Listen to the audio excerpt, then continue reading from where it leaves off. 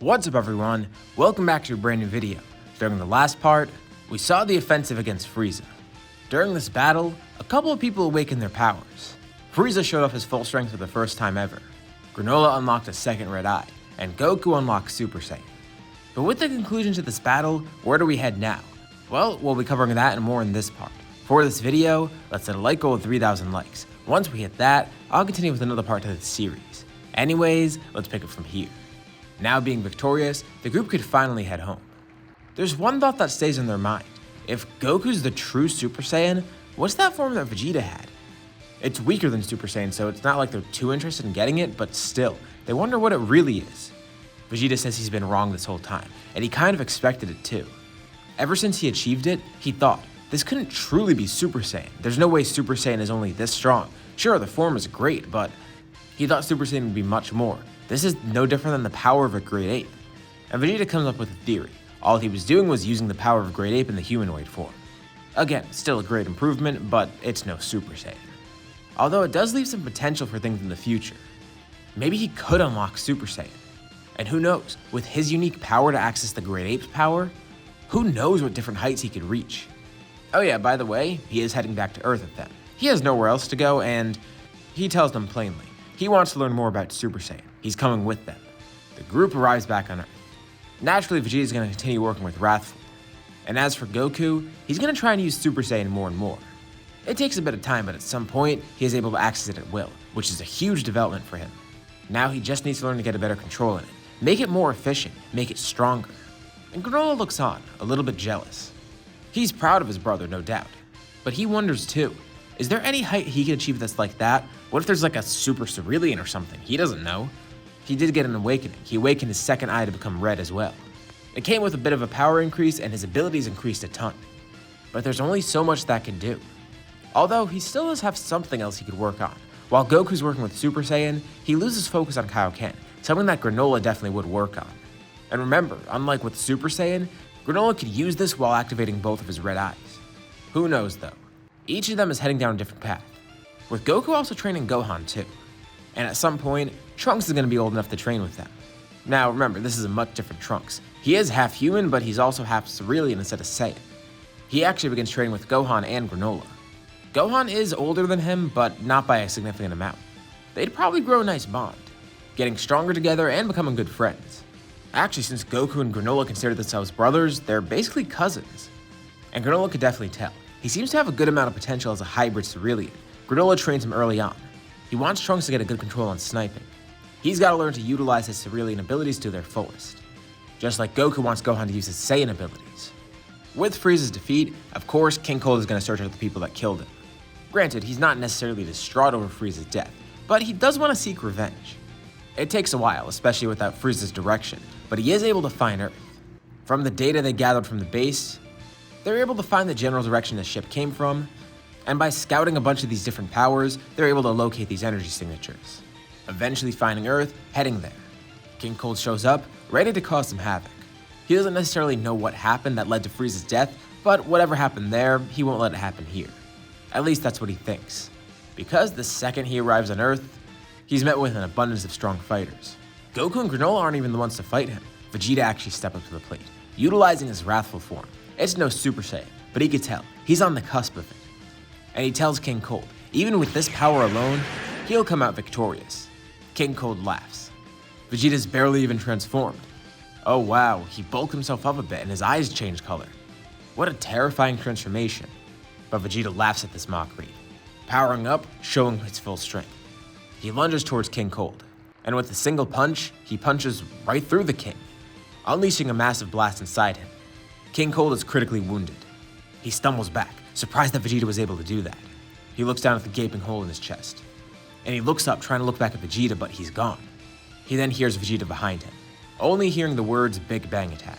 Before he can even turn around and see what's coming towards him, it's already too late. King Cold is eradicated just like that, and Vegeta's content, very content. Frieza's dead, and he got to kill King Cold himself, so that's even better. Plus, even though Wrathful is no Super Saiyan, it's still pretty fun to use. He's got an amazing control over it. It doesn't have the stamina issues that Kakarot's having with Super Saiyan.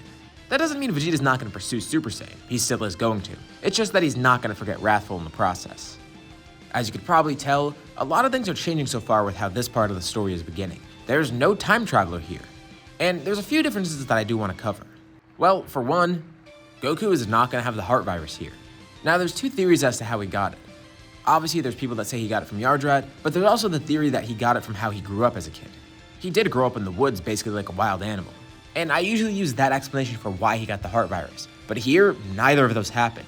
Grandpa Gohan lived the entire time, and Goku never grew up like a feral animal, basically. And he never did go to Yardrat either. Neither theory would apply here, so he never got the heart virus. Meaning, Goku's pretty much fine. But there is another elephant in the room, the androids. They are still being developed. But again, as you could probably guess, things are going to go very differently here. Another big change is Cell. With no time travelers, Cell's not going to show up from another timeline. But he still is being developed here. It's going to take a while for him to awaken, though. And thankfully for him, he has a ton of data to work off of. He has all the Saiyans, he has Granolah, he has Namekian DNA, and with King Cold coming to Earth, he has his DNA too.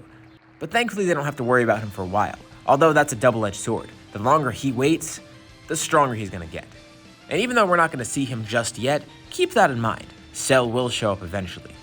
Much more time passes. The training isn't taken that seriously. Of course, everyone's still gonna keep their training going. There's no reason to stop, but there's also no reason to keep training as much as they are. There's no enemy that they know of that's motivating them, but they still do have their own motivations.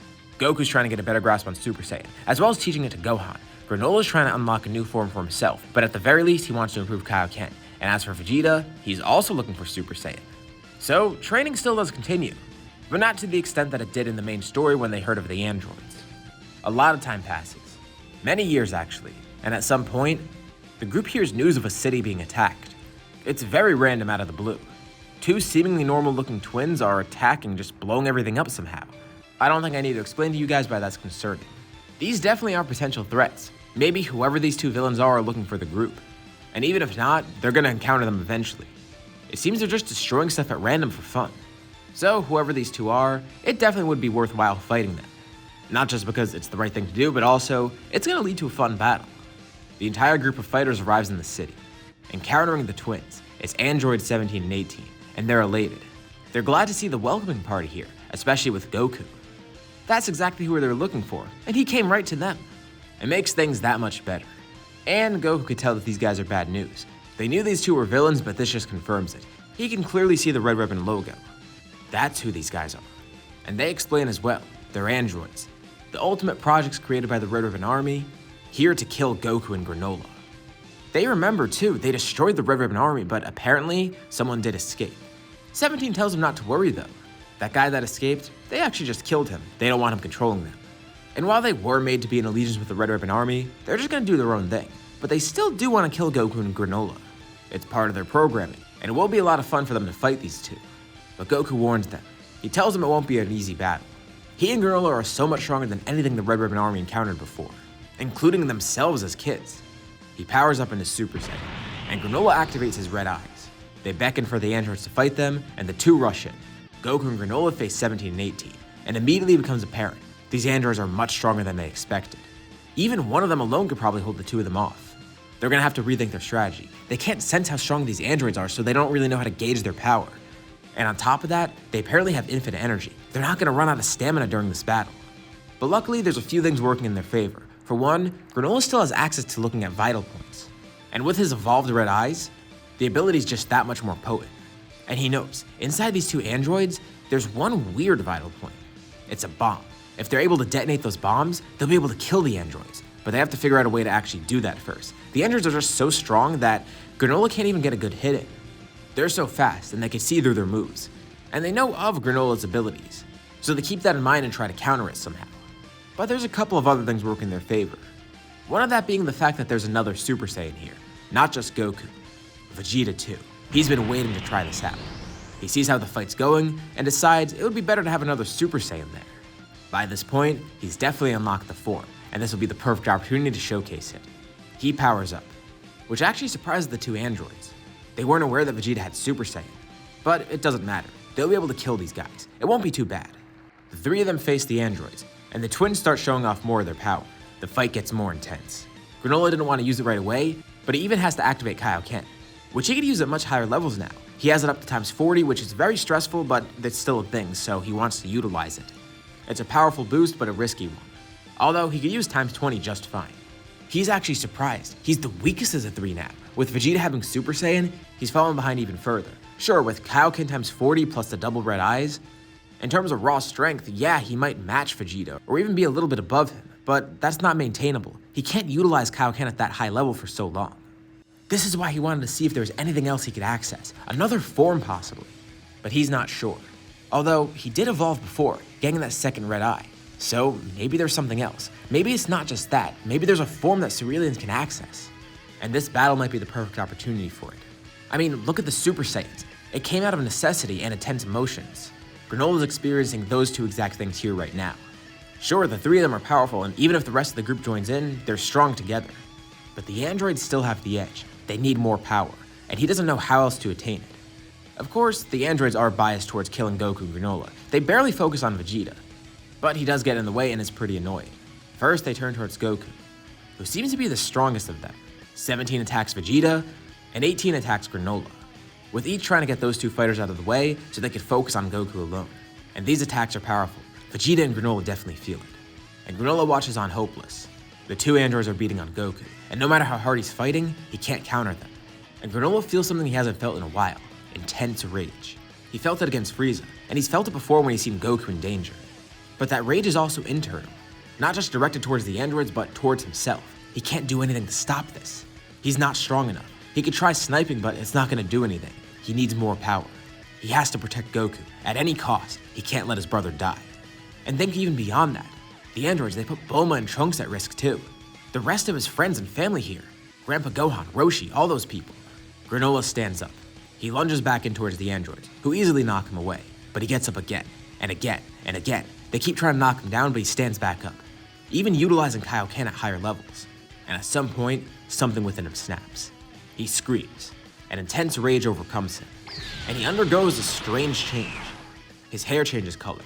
Both of his eyes are red by default, and even his aura changes too, as his hair begins flowing.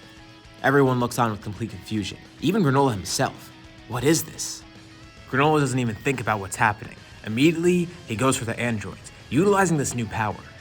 A combination of the strength provided by the transformation, as well as his ability to locate vital points helps him win. Just as quickly as it happens, Android 18 is killed.